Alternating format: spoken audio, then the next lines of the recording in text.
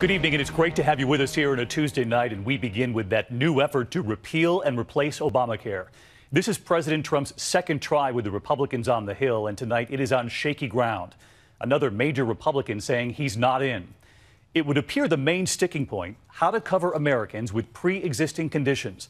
The current proposal allows states to opt out, even though the president has said pre-existing conditions will be covered. So which is it? And where does this effort stand?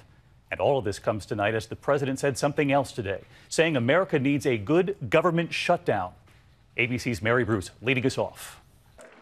Today, with Congress poised to vote on a spending bill without any money for his border wall, President Trump fired off an angry tweet, saying our country needs a good shutdown in September to fix mess.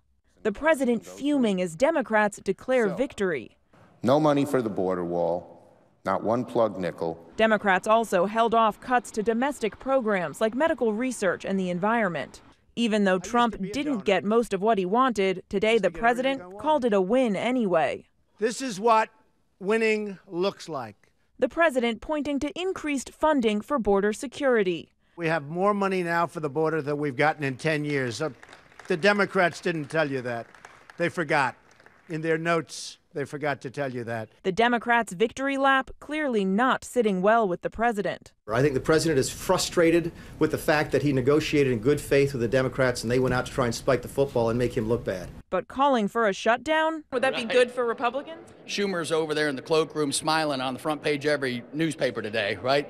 So I think what President Trump is saying is we need to get our act together. The finger pointing over who won the spending fight today, overshadowing an even bigger battle. Mr. Leader, when are we going to see a vote on health care?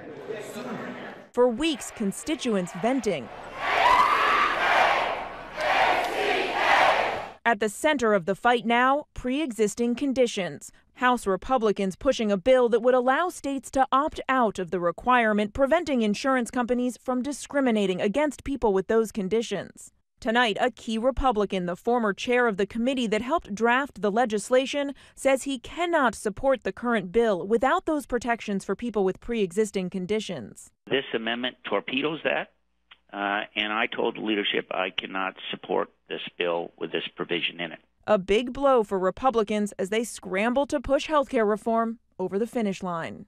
So let's get live to Mary Bruce on Capitol Hill tonight. And Mary, where does the effort to repeal Obamacare stand tonight? And on this notion of covering pre-existing conditions, the president says he wants them covered, but the bill does allow states to opt out.